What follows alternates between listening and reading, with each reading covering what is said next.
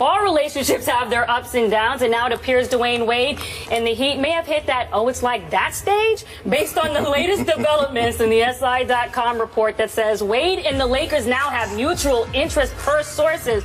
Wade, what? Yep, here is the deal. Wade is scheduled to make $16.1 million the final year of his current deal this upcoming season, but the 33-year-old Heat guard has an early termination option this summer, which allows him to flirt with other teams. Now, all of a sudden, we have random photos of Papa Wade on IG, and then we have, well, I mean, yes, you know, I know you want to talk about it, and then, of course, now it's ending up with this report coming out on SI. So how do you feel about that? Do you feel like Wade has any chance to end up with the Lakers?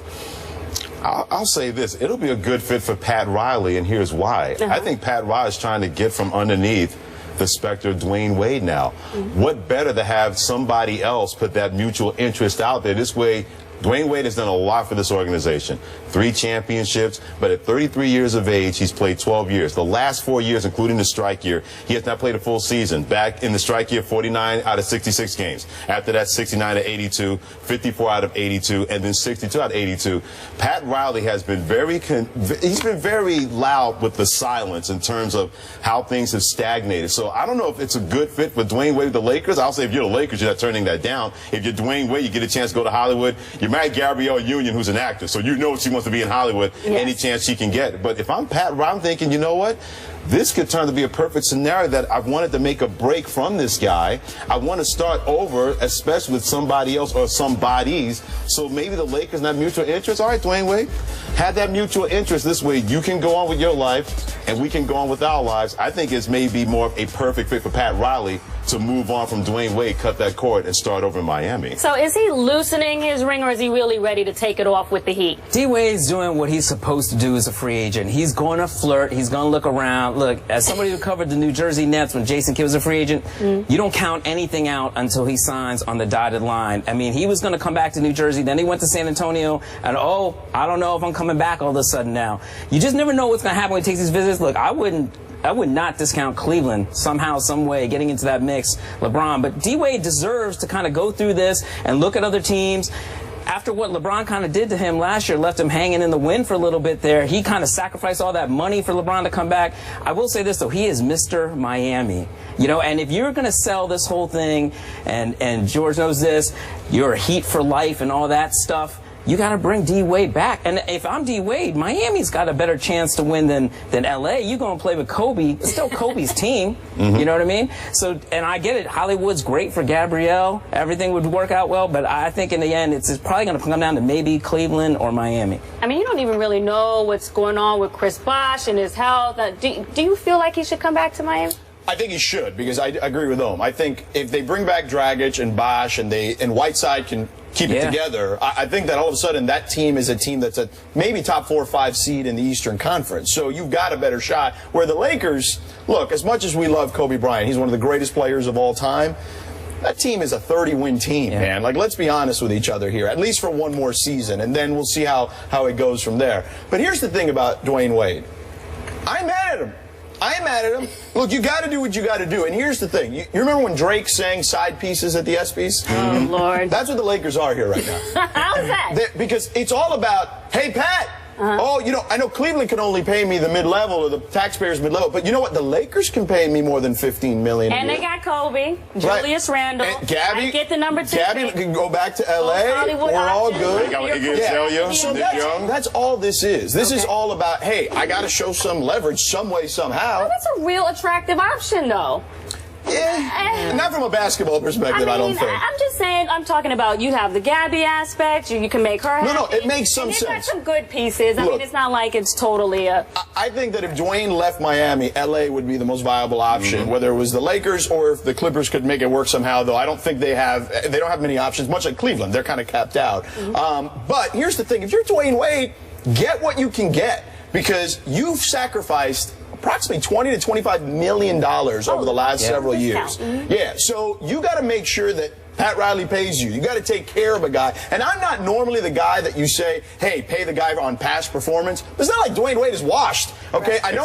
I know he only played 62 games this year, but he was still one of the better, more efficient players in the league when he was playing. So I think Pat Riley wants to keep Dwayne Wade. I think the problem is Pat Riley wants Dwayne Wade to take that Tim Duncan, Dirk Nowitzki type deal, except those guys took it when they were 36 and 37 and not 33. So that's a big difference. But there's a report out there that Goran is maybe going to get like 5-year, $80 million. That's what, $16 million a year. So if you're Dwayne Wade at $10 million, looking at him at 16, what do you think? What do you think Wade should be asking for when you're looking at those? Oh, I think Wade should be somewhere about 3 years, 45, 3 years, $50 million. I think that's the range for him right now. No, about the same, give or take. Yeah, really? 15, Do you think that about the same? I just like the fact that you kind of referenced Tupac and Drake in your argument there. I ain't mad at you, but yeah, I think he's giving them a hometown discount a lot.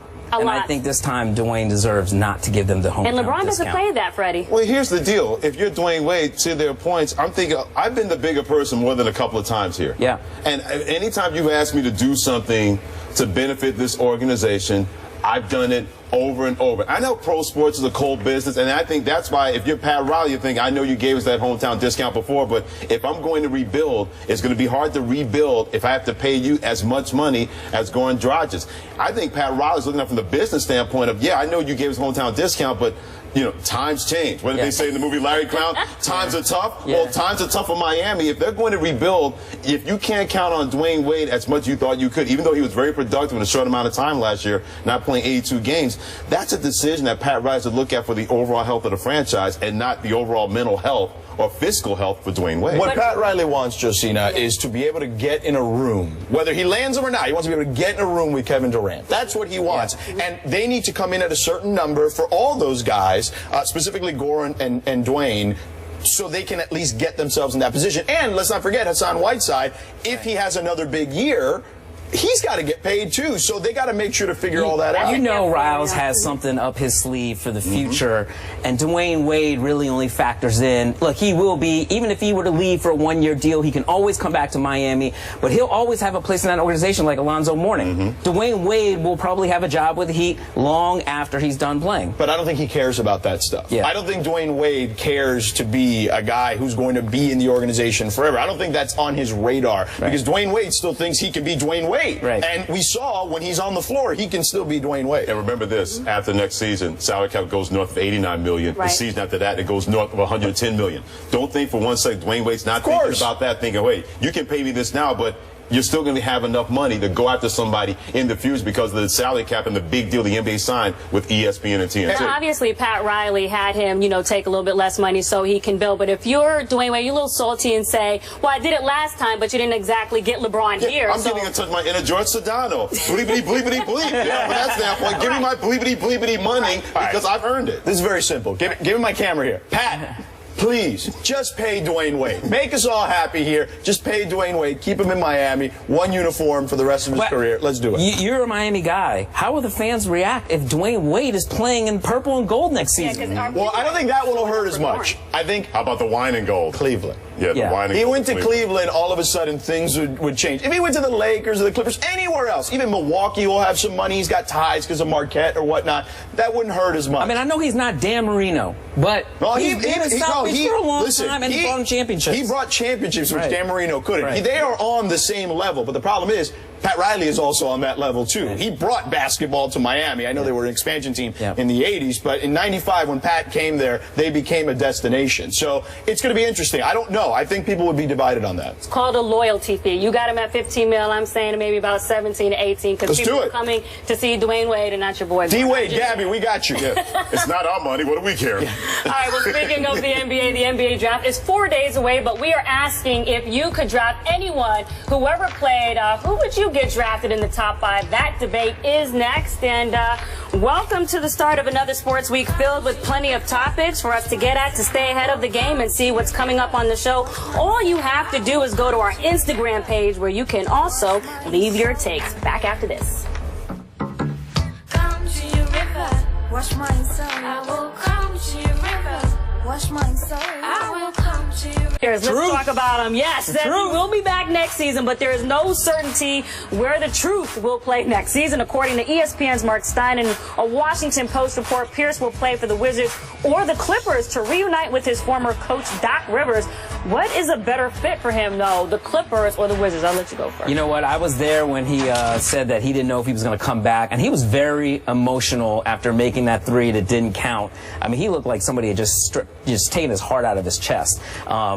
And I was like, you know what? He's coming back. I know he's not retiring. He loves this game too much. And I think the Wizards, he was able to do everything with the Wizards that the Brooklyn Nets wanted him to do with Darren Williams and that crew. But that crew, which they were a bunch of veterans, John Wall, Bradley Beal, listen. But I think as good of a fit as he is with the Wizards, I think he loves Doc Rivers. I think he loves Los Angeles. And I think the Clippers are probably closer to perhaps winning a championship than that Washington Wizards team, even though the Wizards are in the East. How do you feel about that? Oh, I agree wholeheartedly. Hometown there, Los Angeles, his relationship with Rivers. And here's the thing. I got into this a little bit over the weekend when that story came out with somebody on Twitter who was like, oh, but the Clippers, they run and gun and this, that, and the other. And I looked it up, and there's only one possession as far as pace per 100 possessions difference between the Wizards and the Clippers. So, look, you're going to have to manage his minutes anyway because he's up in age. And but Doc I think does a great job at that. Absolutely. So I think that's going to factor in. And, yes, they are closer to winning a championship. You've got Chris Paul. You got Blake Griffin. They need a small forward now that Matt Barnes is in there. Yeah. You have him also kind of take Lance under the wing a little bit. I think Lance can be very productive in that Clippers locker room and with that Clippers team. So I think that it all works itself out for Doc to bring Paul Pierce to Los Angeles. Any chance from a Washington Wizards? I think he's a better fit for Washington. There's no chance he's going back there with the Clippers. I mean, you had me. Well, it is a difference of like $3 million, right, almost $3 million. Yeah, but the selling point is Doc Rivers, and I think another selling point is Chris Paul, because now you get a chance to play with a guy like that who you know is going to be locked in, because he doesn't know how many winters and springs he has left before he can win an NBA championship, because also that window that looked so open before gets a lot smaller and smaller, especially in the Western Conference. Although he did call John Wall the best point guard in the league when he was playing. And it's so much more exciting there, the District of Columbia. I mean, it was like, Ballmer's exciting. I want to play for Ballmer. I mean, he's not even on the court. I'm just talking about, you know. But I think with Washington, because the Eastern Conference is not as good as the Western Conference, all of a sudden, a guy like Paul Pierce, not only what you said about how Brooklyn should have used him, but the fact that you got John Wall and Bradley Beal, and Nene even talked about having that kind of guy in your locker room. Marcin Gortat talked about, you know what, we learned so much about being better men with having Paul Pierce in our locker room. That's why I think from that standpoint, it's a better fit for him to stay there.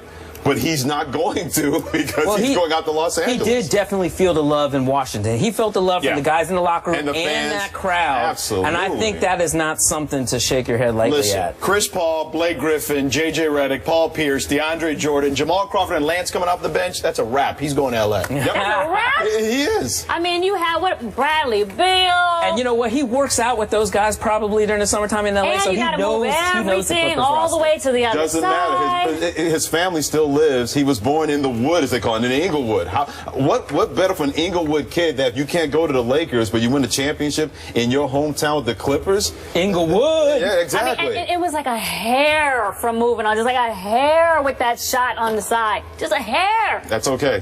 That's okay for him. I don't have to be over it. Right. It didn't affect me. Yeah. I mean, but if you're Washington, they're building something. They're trying to align everything for Kevin Durant. Is there That's a what they're pitch? trying to do. Oh, if you watched it, look, it's what you said. We were a hair away from getting to the Eastern Conference Finals. I think that was it. And that would have been a better series against Cleveland. Right. I don't think there's any doubt. So I think there's that. And look, those guys are ascending. He's seen how they are ascending. But again, this is about winning a championship at this stage of his career. And the Clippers are just closer, even though the West is harder. Well, I know who won a championship today with being with you guys on this set, Freddie Coleman. I know. I appreciate you. My pleasure. Playing with me on Chris Broussard's celebrity basketball thing. Thank Chris Broussard. You did your thing. We appreciate you. And George, you definitely brought the thunder with all your ninja hot takes. So make sure we're going to do it all again tomorrow. She's calling game like Paul Pierce now. I'm calling game. She's calling series. On First Take, 10 a.m. tomorrow. Join us. We'll see you tomorrow.